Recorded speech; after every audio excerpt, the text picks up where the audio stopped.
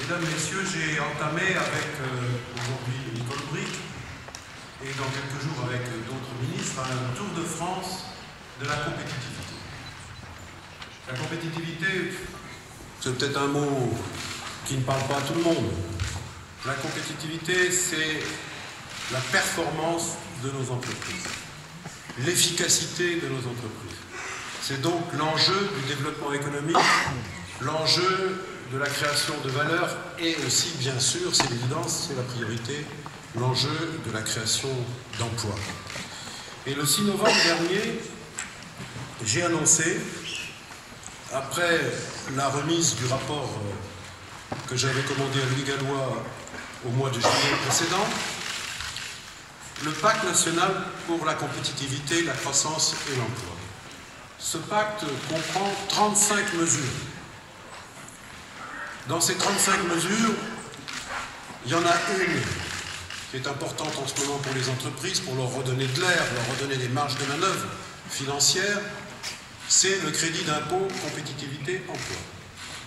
C'est un effort sans précédent, je dis bien sans précédent, en faveur des entreprises.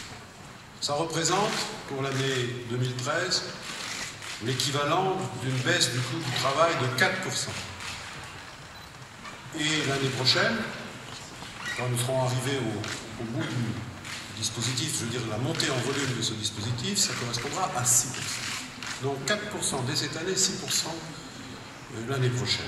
Et bien entendu, c'est une mesure durable, ce n'est pas une mesure conjoncturelle. C'est donc une baisse du coût du travail qui est calculée sous forme de ce crédit d'impôt sur la base de la masse salariale. 2,5 fois correspond à 2,5 fois le SMIC. C'est donc très facile à calculer.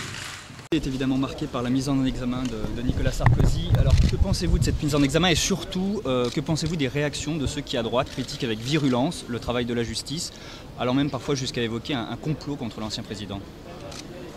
Je crois qu'il faut vraiment, si on veut que les Français aient confiance dans notre justice, surtout éviter ce genre de polémique.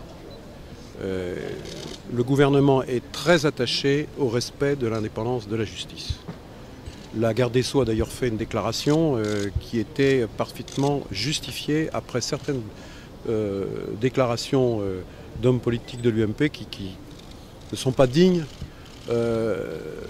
d'hommes politiques et de femmes politiques républicains. Vous savez, le président de la République souhaite renforcer encore l'indépendance de la justice en réformant la Constitution pour donner au Conseil supérieur de la magistrature cette indépendance, mais aussi faire en sorte que demain les magistrats du parquet soient nommés dans les mêmes conditions que ceux du siège, c'est-à-dire sans aucune intervention du pouvoir exécutif. Mais sans attendre cette réforme, la garde des Sceaux respecte l'engagement du président de la République de ne jamais intervenir dans quelque affaire que ce soit.